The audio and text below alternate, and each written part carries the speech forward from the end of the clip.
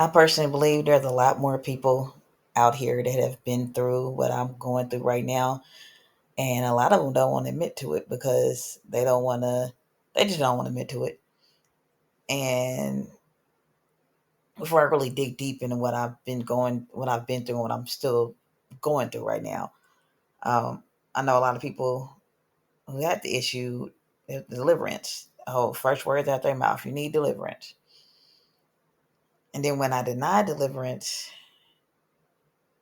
it's one of those, hey, you want to live that life, right? Because you don't want to go get delivered.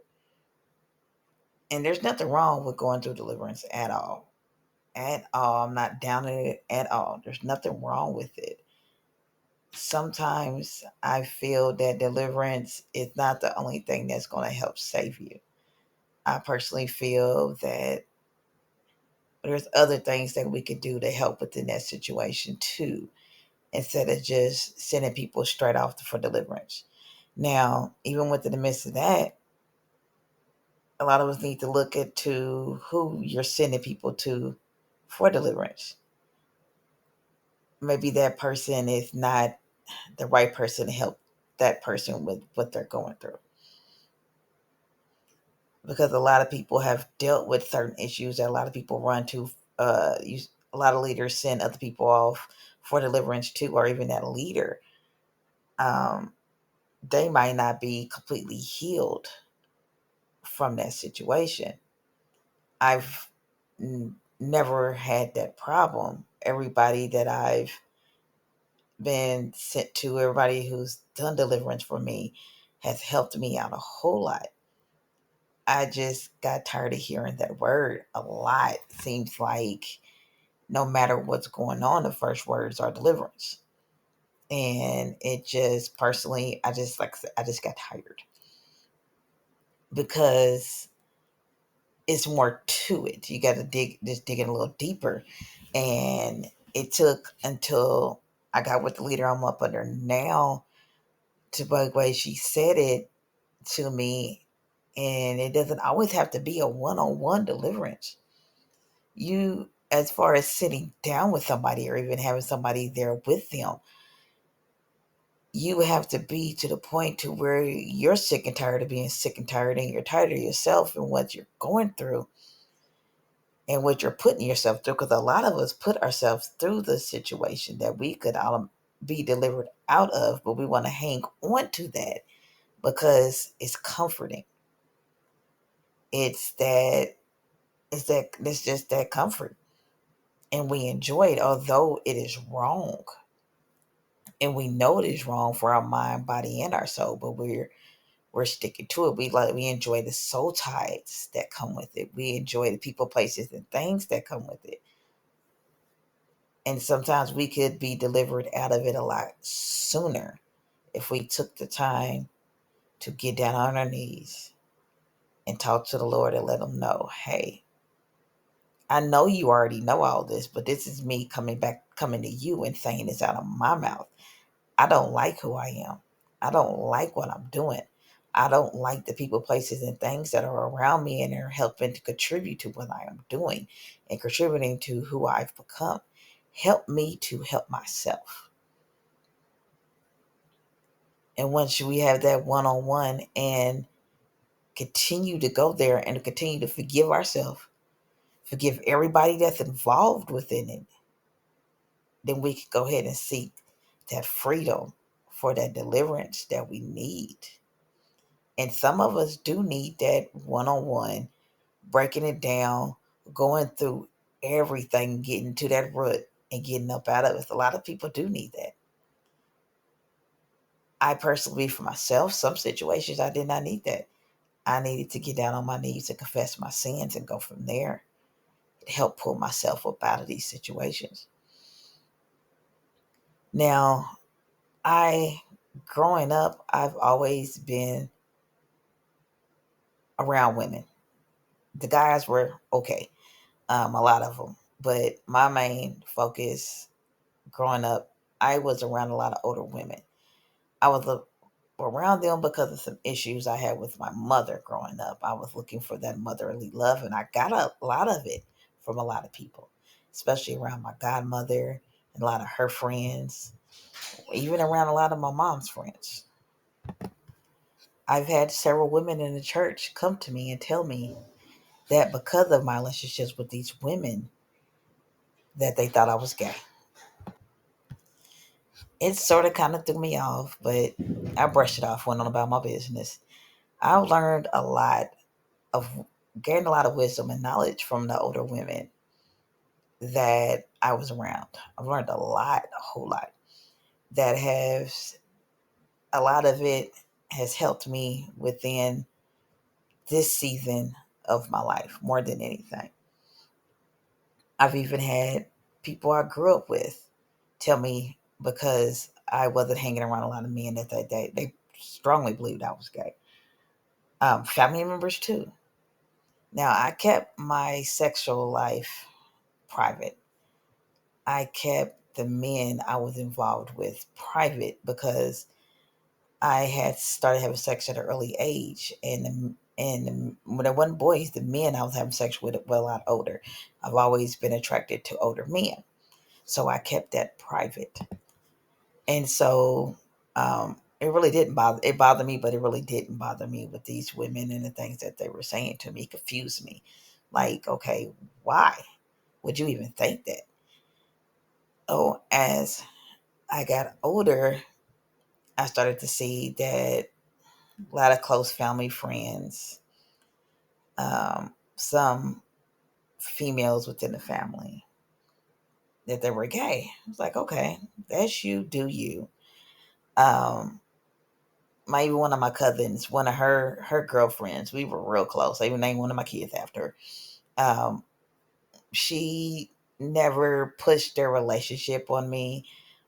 She was more like family. She was around our family a lot. I got a chance to meet her family.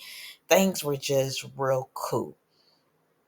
Then I had other friends that were gay who tried to push their life upon me, telling me that I was gay and that I need to embrace it. And, oh, I want you to come out with us, go to clubs with us, do this, do that. Don't act like you don't drink. Don't act like you don't smoke. You might as well just hang. And I'll admit, in 2003 and even 2004, yeah, I had a real bad drinking problem, but I do not recall being with a woman in the midst of any of that. I don't know if any of that happened. I don't remember too much. I know that when I did sober up, I found out I was pregnant. But I haven't picked up a bottle since, and smoking's never been my thing. And so it was just really confusing within the midst of that. Oh, about 3 years ago, I started having visions and dreams that I was with a woman. And those visions and dreams that were happening at that time wasn't sexual.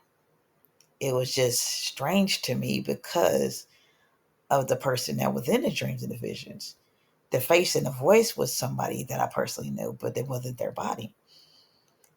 And when I contacted them about it, they let me know some things, which kind of threw me off, but okay. Um, they gave me a little help that I needed at that time. And then the dreams and visions started getting stronger,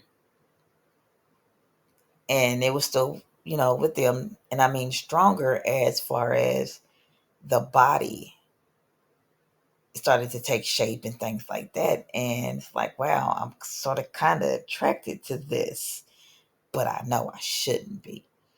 So I got a hold to the apostle that I was under. She let me know some things, and then she gave me the name and number of who to call for deliverance. And so I went and got deliverance because that's the personally way I felt at that time. Hey, let's go on and do this. And everybody does deliverance different, and this deliverance was different. I've never had to fast before I went through deliverance. And within that, I was able to gain knowledge of some things. I love the way that she did the deliverance, the before and after. But she also let me know that within my family, within the bloodline, is a generational curse of homosexuality. And when she told me about this, I was able to think back and do my own research. This is starting to make some sense now because the different cousins and even my mother, oh, it was around this age that I started seeing you with the women. You started doing more with the women, hanging out more with them. Okay, I got this. So, all right, deliverance is said and done. It's over with. So I'm going about my life. Things are good. No, enemy went right back at me, went at me hard, strong. Okay, that one person isn't in my dreams and visions, just other women. Well, I'm gonna not know how to handle this. Although I stopped having sex, I stopped being with the person I was with at the time. Now we about to get back into this because I'm gonna squash this thing. That wasn't doing it. Made it worse. So I had to stop altogether. I had to stop having sex, stop masturbating, stop watching porn. I had to change my diet, change my whole entire life around so I could get this stuff to stop. I wanted to stop, disappear. But it wasn't doing it.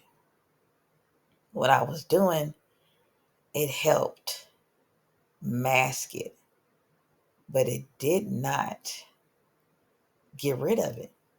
It didn't stop the whole thing.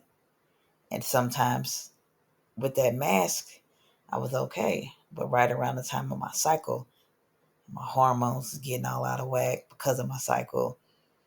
Things just kept getting stronger and stronger and stronger. And to the point that it's in my head now. Hey, this is you. This is what you're going to have to do. This is your life now. Got to journal and write things down. And I was like, this ain't it. This ain't it. And, got back within therapy. And I love my therapist because the way she breaks things down, nobody that I talked to ever asked me, hey, do you think this could be your life? Or because of how strong you are within your faith, this ain't it. Answered it quick. No, that ain't, this ain't me, this ain't me, this ain't me. In the back of my head was like, maybe this could be you. Maybe this could be your life. So I started making phone calls to different friends. And, hey, um, I'm ready to give in. Can't take it no more. I personally feel if I give in, this will go away. And I want to give in and not be trapped in it. And one person let me know this is like, hey, this is not the life for you. Because once you're in this, it is hard to get out of it. And I was like, oh, wow. Okay. She's like, I lost family. I lost friends. She's like, I'm about to leave the state because there's nobody here for me anymore. And I was like, my packing the family up and we're moving somewhere else. Like, okay. Another friend was like, hey, me and my wife, we're gonna call around. We got you. We got you. I was like, all right, I got kind of happy. Then again, I got upset myself because why would you do this? Why would you make these phone calls knowing that this is not you? I got off the phone with them and texted, called another friend. And she said the same thing that the other young lady said. This ain't it. This ain't you. Don't do it. So the friend and the wife called me back and they was like, no, we're not going to let you do this. We're not going to let you do this. I was like, okay. So went back and it's like, all right, I got to change up on some things. So I got busy. I got busy with everyday life, with kids, with work, with church. Um, Around that time, we finding out about my mom and her dementia and her health problems. So started helping out with her more. Doing all this I wanted to do more than mask the issue. I wanted to get rid of it. And it helped for about 6 months or so. And I was happy. And then, people say, watch what the words that come out your mouth. I was happy. I was telling a friend of mine because she's just like, how's deliverance going? How's everything going with you? I was like, I'm happy. I'm happy I done conquered this thing. I believe I've conquered it. Everything is good. And then came back like 3 times stronger. It's like, oh my God. Then I'm back masturbating. I'm back with a friend. I'm back on Pornhub watching videos. Here we go with this again. Like, but I need help. I need a little more help than what I'm getting now. And I just got the prank because I don't know what to do about this. Because I know that these dreams and visions are not about the person's face and voice that the enemy put in it. It's not about that friendship. I know that it's a generational curse that's trying to hold me and wants to take over, and I'm not going to let it happen. But I need some more help than what I was receiving. But the thing was, I didn't want to go ask for it because I didn't want to go through deliverance again.